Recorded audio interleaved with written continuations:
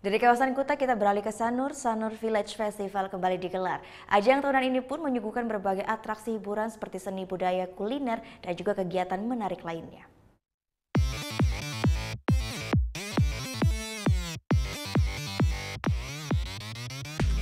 Ajang tahunan Sanur Village Festival 2018 kembali digelar.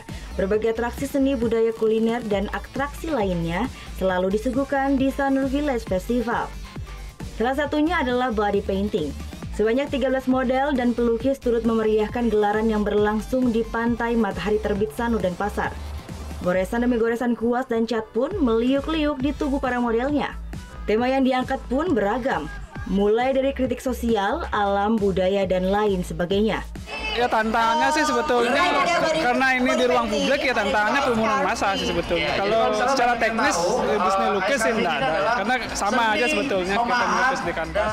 Ternyata menjadi model body painting pun membawa kesan tersendiri bagi para model. Salah satunya Cindy. Ya perasaannya sih deg-degan, terus nervous ya, terus dibilang senang sih senang juga.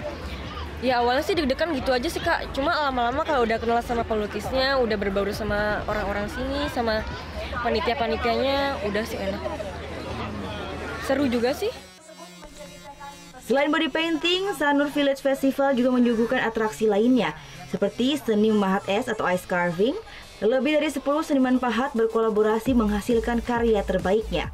Tidak hanya itu, gelaran budaya juga disuguhkan di panggung utama Sanur Village Festival. Dan yang menjadi salah satu unggulannya adalah Food Festival.